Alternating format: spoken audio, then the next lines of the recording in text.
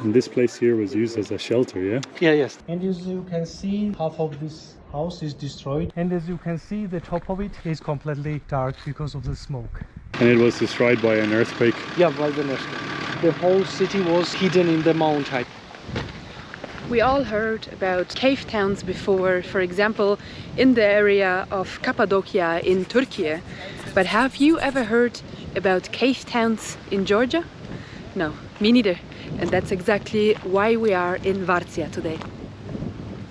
Now, Vardzia and the cave town that you can see nowadays is about 30% of what it used to be. So in the 15th or 16th century, apparently there was a very large earthquake that destroyed around 70% of this beautiful cave town, and this is 30% that is left and that you can visit nowadays, which we are obviously going to do.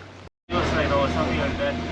Then you're gonna have a video over there. After a quick bus journey, we have made our way to the cave city of Vardzia here in Georgia. Keep in mind we are in the most southernmost part of Georgia right now, very close to the border of Turkey. So as you can see, the land is pretty dry and arid because the climate is actually a lot warmer down here, a lot warmer than it is in Kutaisi where we are. But nonetheless, have a look. Wow, very, very interesting place, and it's obviously going to get a lot darker as we go into these caves. You kind of expect somebody to sit in the corner and do like a jump scare or something. You never know what's going to happen. Apparently the black along the walls is from people setting fires in here. So. No, it's a bakery. Or it was a bakery, yeah. Wow. Well, I suppose that's still a fire. Yeah, but like a intended fire. Yeah, intentional fire, not a vandalizing fire. The landscape around here is just really jaw-dropping. The whole scene, like the view that you get from the outward facing side of Vardzia is fantastic. This is the staircase situation, and we are only kind of at the very beginning of the cave city here. It stretches on that way around the face of this mountain.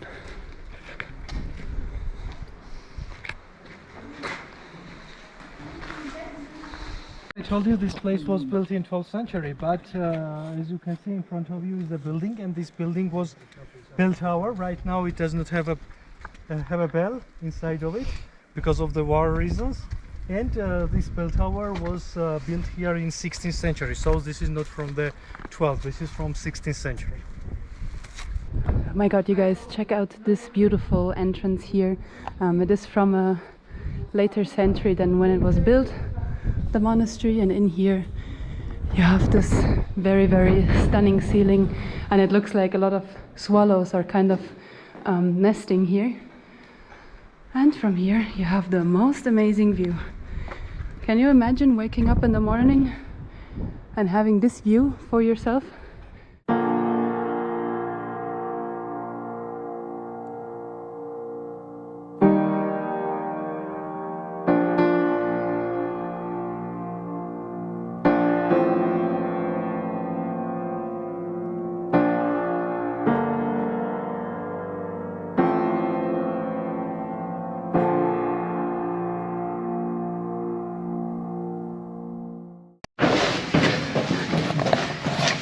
Exploring around here.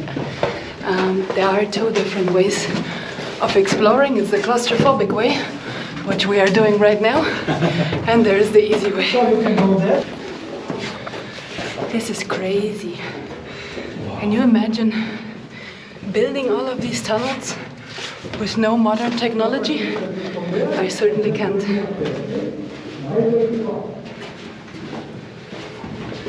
It's really funny how all of these tunnels are motorically very challenging, so every step has a different height and you have to walk in a bowed way, so it's kind of difficult to find your way around without hitting your head.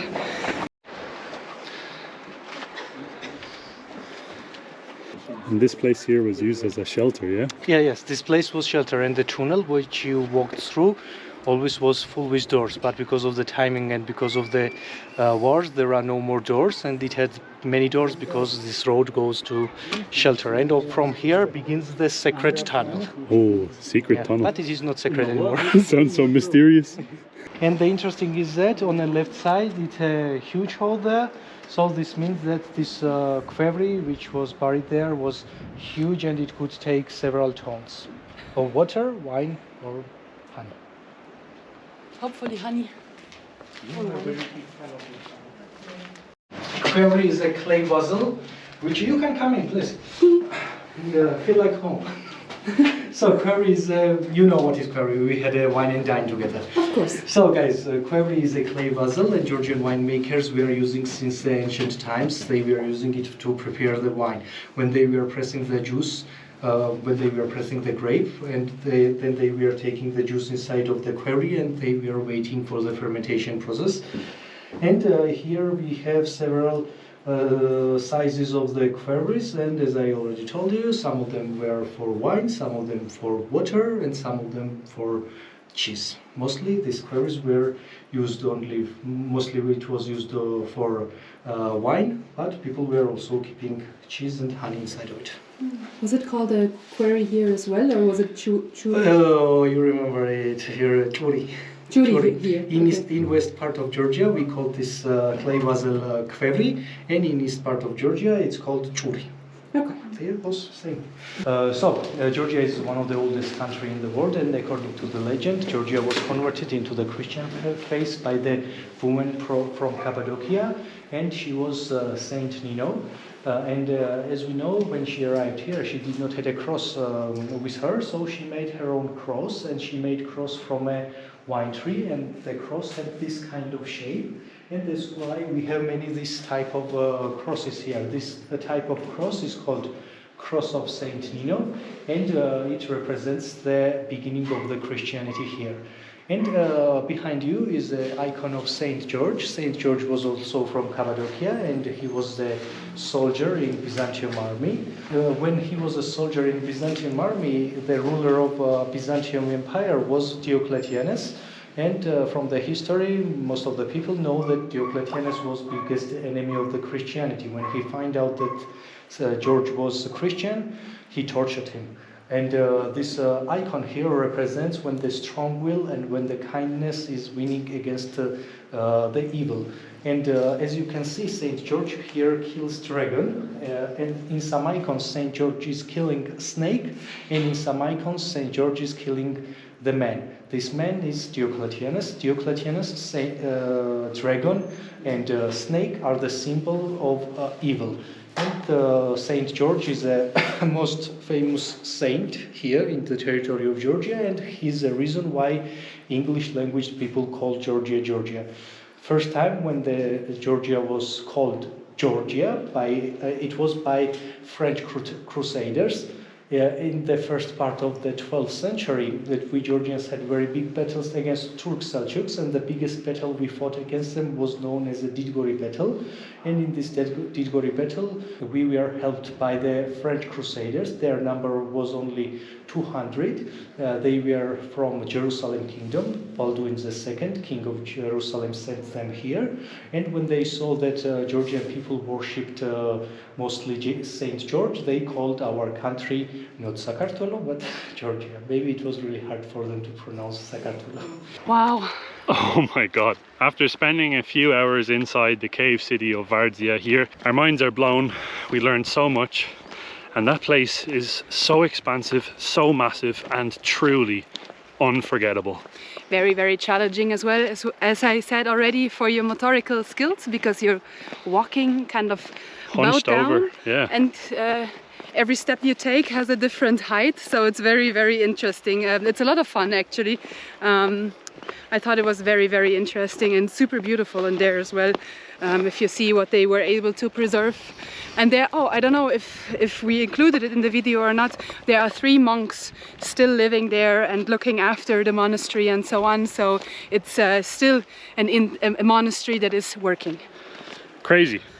It's crazy to think the history that this country has and what we've experienced here today, it just opens up your mind. And this is the whole reason, guys, why we have this YouTube channel in the first place, is to connect with other people in other cultures and further expand our way of thinking, and hopefully your way of thinking as well, for watching the videos. I couldn't agree more. And again, we would like to thank Budget Georgia for giving us the opportunity today to walk around Vardzia and explore this area together with a local tour guide, because there's so much history behind every single room that we would never be able to read up ourselves or find out ourselves. You really need somebody with you if you do visit Vardzia. But for now, guys, my name is Luke. My name is Naomi. We're the two mad explorers. And this is your reminder to keep exploring. And we'll see you guys in the next Georgian adventure. See you next week. Madloba. Peace. Bye bye.